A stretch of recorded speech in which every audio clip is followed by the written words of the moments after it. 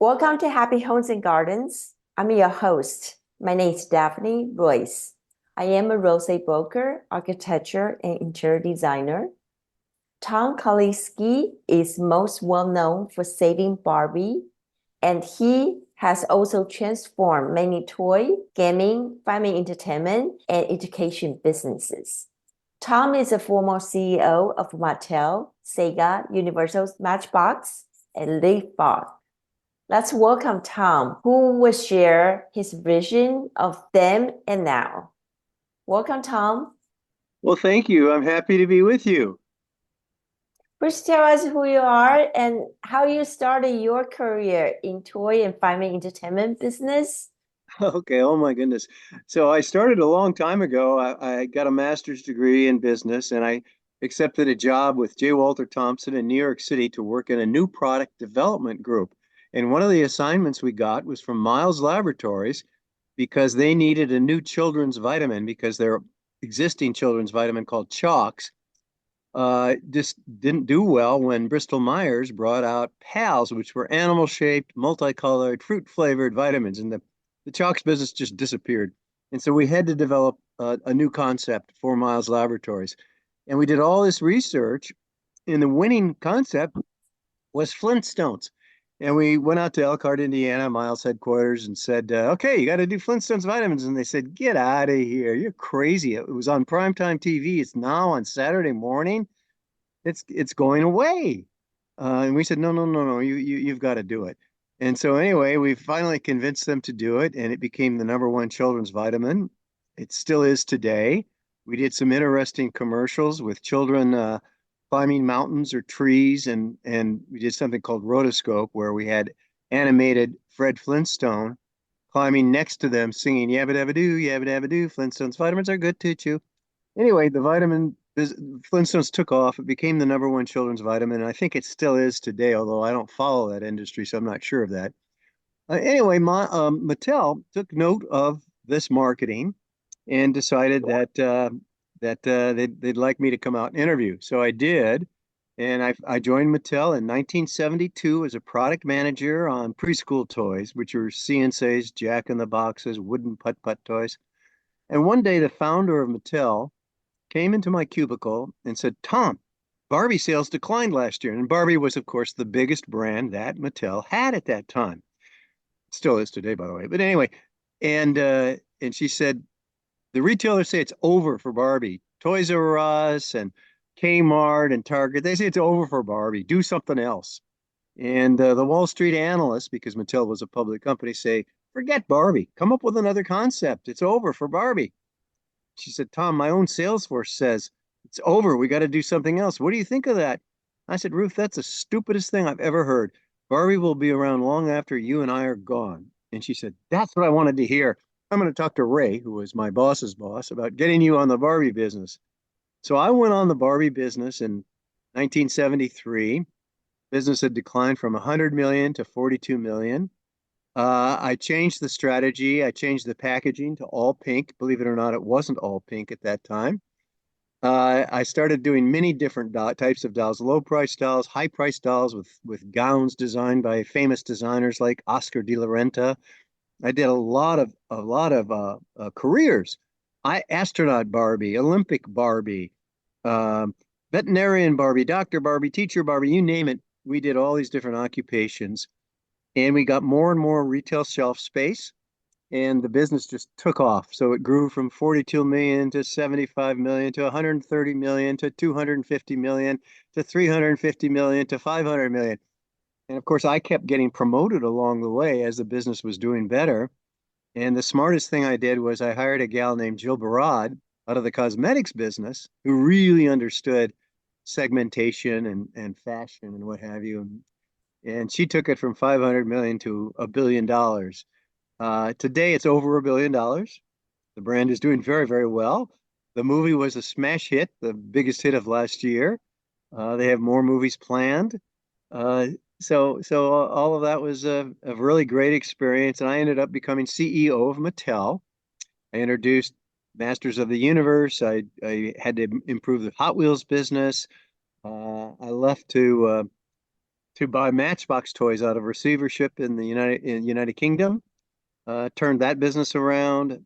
Ended up joining Sega and worked on the 16-bit Genesis and developed that business from practically nothing to 1.5 billion in the US and about 1 billion in Europe. So, and then I left there because I got intrigued by using video game technology to improve education. And I went with Leapfrog and used technology to make education more fun and interesting for kids. And so that's sort of a quick a quick summary of my career. I'm I'm pretty much retired now, although I serve on a number of boards, a couple of education companies, a couple of foundations that are involved in education, and I'm still pretty busy. Have you ever imagined that Barbie and Ken will be so popular 50 years after you were introduced in Mattel? I actually did. I thought Barbie would be around. As I said to Ruth Handler, the founder of Mattel, I said, Barbie's going to be around forever. She's going to be around way after Ruth and I are gone. And Ruth, of course, is now deceased. Uh, but the brand last year did very, very well. I think they had an increase of something like over 20% increase in sales last year. So very, very healthy business right now. The Barbie movie was a huge hit in 2023. Do Yes. you know if there will be a sequel? I do know, but I can't tell you. Okay. All right, we keep that. We just look out for it. So, what is your decision-making strategy for all different businesses that you have in before? Well, I'm a real student of whatever business I'm getting involved in. And I study the market and try to know more about that market than basically anybody else does. And then I understand what all the competition is doing. And my favorite saying is if your strategy is the same as what another company can do, you don't really have a strategy. And so I've lived by that and tried to incorporate that in all the things I do, and certainly did with Barbie and with He-Man and Masters of the Universe, and that's a whole nother story. Did the TV show there, first time a deal had been done with Group W Westinghouse, and gave the shows away free to every station in the United States. And in return, Mattel got slots for 3 commercials free. So we could run commercials within the Masters of the Universe movie. As it turned out, we couldn't use all of those spots. And of course, the value of a commercial is based on the ratings that it receives. And the ratings were so high, we ended up making a profit off of the television show, which we never expected. And that, of course, became kind of a model now that other people are doing. Hasbro's doing it a lot, and other companies are doing the same thing. Do a TV show based on the toy character. But it was the first time it had ever been done when I did it back in oh gosh, 1980, 1980. Yeah, right about 1980. So a long, long, long time ago. But anyway, um, I try to do things differently. I try to find gaps in the marketplace and don't do things the same way others are doing them. And then I love the idea at Leapfrog of doing something that had never been done before. Make toys really educational, not pretend education, but really educational. And we worked with Stanford University's School of Education. The dean there was a guy named Dr. Bob Calfee, and he really helped design almost everything that we did. And then he would say to us, okay, here's what you have to do for a first grader and when they're starting to learn to read. And we would say, okay, thanks, Bob. We're going to make it fun and interesting. And we would. And that curriculum would be used more and more and more because we'd made it fun and interesting. And we did that for many different grades and many different subjects. We did it for geography. We did it for math. We did it for science. And that to me is still going on today. My goal was then and still is to do personalized education, to make education more relevant to each child. So if you have a young boy who hates math, just won't do it, but he loves cars, let's teach him math in a car paradigm so that everything he does in math is car related and he'll like it because it's related to something he's interested in, cars. So That's still being done. There are companies doing that. And of course, with AI today, you can do that better and better than we ever could before at Leapfrog. So hopefully that will continue and it will be important for this country and other countries. What's your view on today's technology and AI? Well, I think my view is that, as I just said, it's going to be extremely helpful in education. It's going to be extremely helpful in medicine. And you're going to have the ability to make products more interesting, whether they were talking about toy products or computer products or radio shows. You're going to be able to make them more interesting to the consumer because you're going to know what those consumers are really interested in and have a better understanding of that consumer than you ever did before. So my view of AI is largely very positive. I know you can misuse it too, but I think most of the time it's going to be used in a positive way that's going to benefit society. What is important about play and imagination? What is important to children's lives? That's a great question.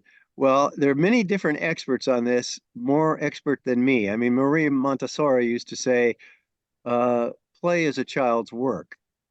A Russian professor back at the turn of the century, Igor Gursky, wrote a book about how important play is in education. Because if they're playing and learning, they're going to learn it better, and it's going to stick with them better. And he made a distinction between forced play and natural play. And so you have to come up with ways of making the educational materials a natural way of playing. And that, of course, is what we did at Leapfrog and other companies are trying to do today. But play it inspires imagination. I mean, I look back on all the toys I worked on, and I'm proud that they really helped the creative process with kids. It inspired their imagination, inspired their storytelling or their creation of stories. And then in the video game world, it got it. What are video games? It's problem solving. It's learning how to solve a problem to advance through a game. So you're really teaching important skills on problem solving in most video games, not in all, but in most. So play is terribly important to education and learning. I actually like most of video games. I don't like is it very violent. Would that really benefit children? Well, well, that's a very controversial subject. We had to get in front of Congress about that one years and years and years ago. Um, but the thing that people mistakenly think about video games is they think video games are only for young children. That's not true. The average age of a video game player today is 31 years old. That means there are more older adults in their 30s and 40s playing there are as many as there are under 30. So when we go to movies, do we expect all movies to be G-rated? You want to see G-rated movies only? Or every now and then do you want to see a PG-13 movie or maybe even an R-rated movie with a little bit of adult theming in it? The video game industry is no different. To grow, to be important, we have to appeal to all ages and all different types of involvement. And fighting, of course, is one of those themes that is important to a lot of men, probably not to many women. On the other hand, the guys aren't that interested in playing all of the word games and solitaire games and all of that stuff that women now love playing on their iPhones and computers. So, you have to look at the marketplace and develop product that appeals to each part of that marketplace. And that's why some violent games are important, just as violence in movies is important. Are you telling me more men play video games than women? Oh, still there are, yeah. But the women's side of it has grown exponentially. When I was involved in the industry in the 90s, I tried to get more women involved in games, and I tried to do young girl games. I did My Little Pony. Hell, I did a Barbie game, video game at Sega. I did lots of themes that I thought would be appealing to young women, and they were, and it worked, and the market grew.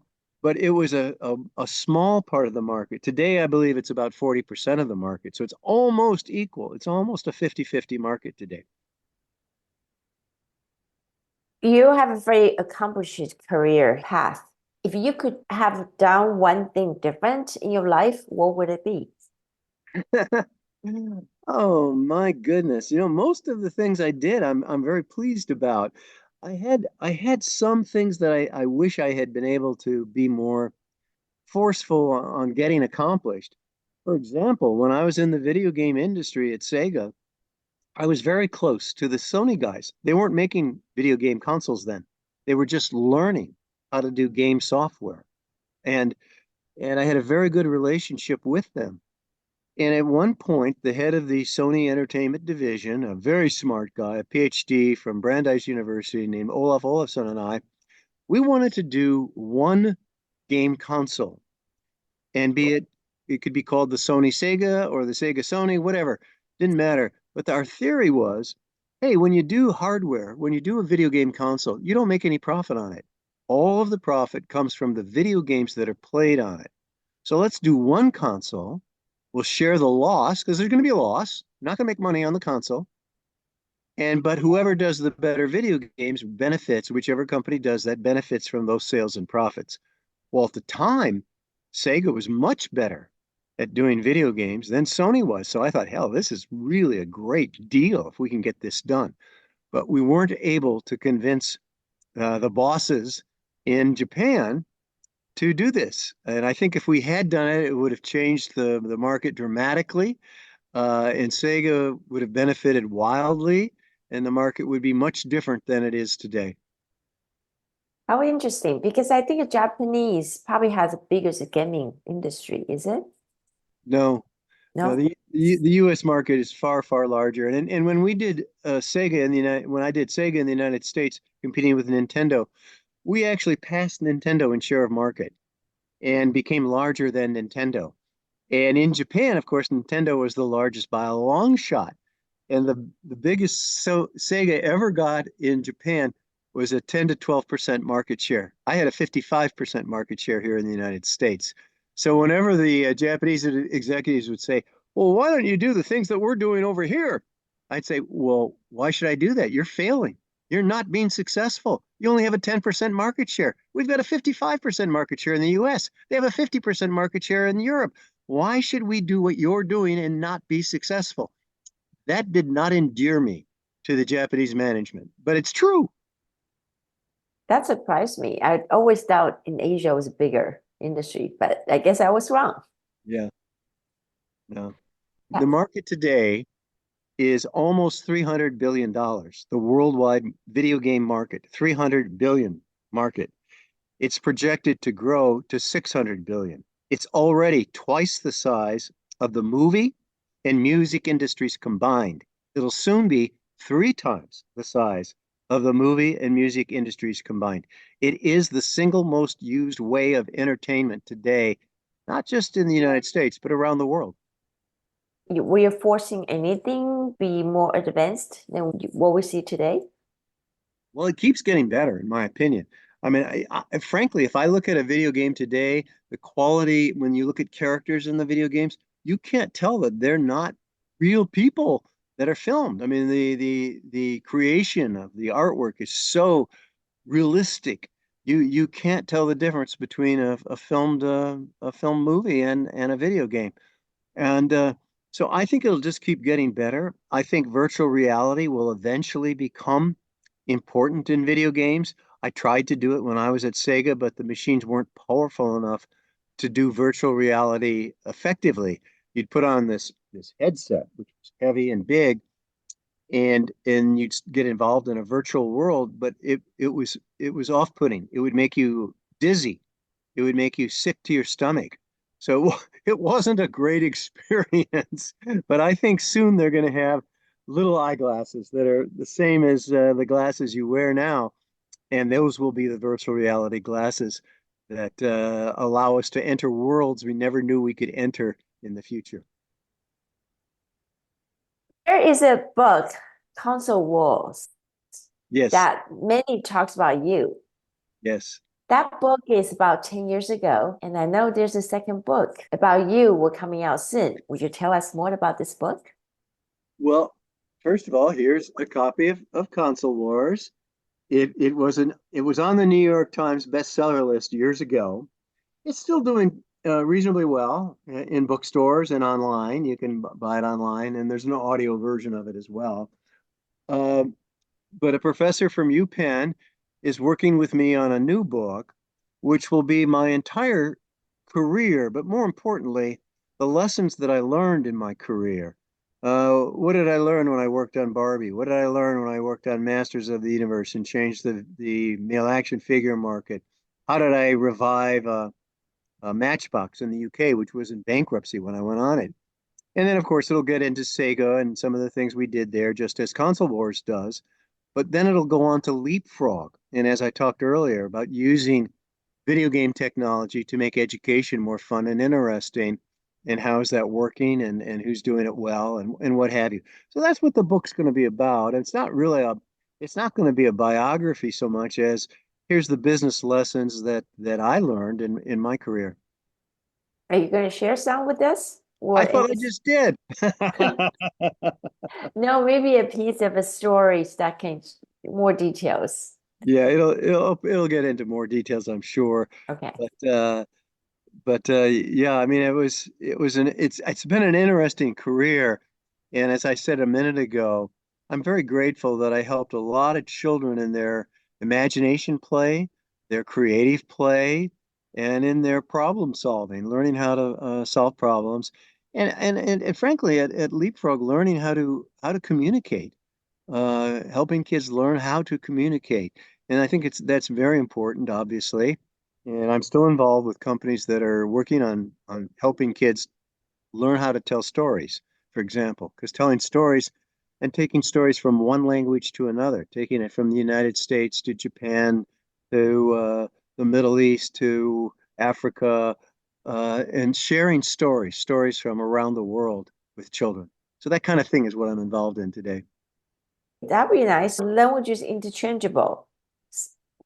Yeah, well, the stories are interesting in, from one language to another. And obviously, you have to have the technology to change the language from one language to another very quickly and very easily. So the stories are very important, and one story from one culture to another is important for the other cultures to learn about and to hear about. So that's the kind of thing I'm working on today. Do you use the stories from the US or use international Both, stories, like a both, different both, country have both. it? Both from certainly from the U.S. I'm working with a lady right now who had worked in China for many years. She's not Chinese, she's American. But she's doing a technology right now where you can switch from one language to another very quickly on like an iPad. And so you can go from English to Chinese or Chinese to English or English to Japanese or English to Spanish very, very quickly. And so I think that that kind of thing is going to become more and more prevalent in the future. What would you like to see changed in our education systems? Well, I think we get caught up in too many different dogmas that don't really work. And by dogma, I mean, for a while there was in the education world and the young kids are learning to read world, there was the concept of, well, whole language. Let's just teach them they can look at a word and they know what it is and they can say it. Forget phonics. Well, that's not really very good because you have to be able to sound out words too, to be able to explain them to others. And that's why phonics is so important today, or it always has been. And you need both phonics and whole world. But the education world gets caught into these different themes, these different dogmas that don't work. Lots of technology. We spent billions of dollars on technology in classrooms. Most of that technology has not helped that much, frankly. I mean, everybody thinks it should, including me. I think there should be a way of using technology that will really change kids' ability to learn. And I think that's going to happen. Um, but we've wasted an awful lot of money. You can go into schools around this country and other countries, and open up a closet somewhere and you'll see all this wonderful new technology, whether it's pads or whatever, shipped to the school and it's not being used. Therefore, it can't work. A lot of that was because there was no way of getting it set up. The teachers didn't know how to do it, and they usually don't have an IT person at every school in the country. So there's been a lot of wasted money on technology. And I always like to say the best use, the best change agent is the teacher in the classroom. If you have a great teacher, she can handle 24 kids or 35 kids, and she will get them to all to learn the subject that she's teaching. If you have an ineffective teacher, she can't teach two kids, and it doesn't matter. So, more effective educators or getting more effective educators is the most important thing I think we can do in this country and around the world. Is that for all grades or just lower grade? No, all grades. All All grades. grades. Okay. Even if you're a college student and you have an accounting professor who who's really dull and he doesn't inspire you to learn, you're not going to learn it. You won't learn it well anyway. So no, I think it's true for all ages, all grades. You mentioned you're retired. So what would you like to do at your most of time? Well, I'm still way too busy, frankly. I mean, I'm on the board of the Wisconsin School of Business. I'm on the board of something called Story World. I'm on the board of something called Teach the World Foundation, which is teaching really impoverished children in places like Karachi and Islamabad and Rohingya and Mali and teaching them their local language and that to read and write. That local language might be Urdu or Pashto or Farsi or Arabic, but teach them their local language and then teach them a little bit of English and a little bit of math so that they can get out of the slum and they can get some kind of a job rather than just be a garbage collector or a street sweeper. So I'm working on that. And then I'm working on something called Stitched Insight, which is using AI and large language model processing uh, for better decision making. So I'm still I say I'm retired, but I'm still a VC. I'm still a venture capitalist with El Saploy. So I'm involved in some investments. Uh, so I'm retired, but I'm still busier than I should be. Is the VC work you do is it related to education? Uh, it has been, but it's very difficult in the VC world. There are relatively few VC firms that are really interested in education. Some have done extremely well, like GSV Capital or Andreessen Horowitz Capital or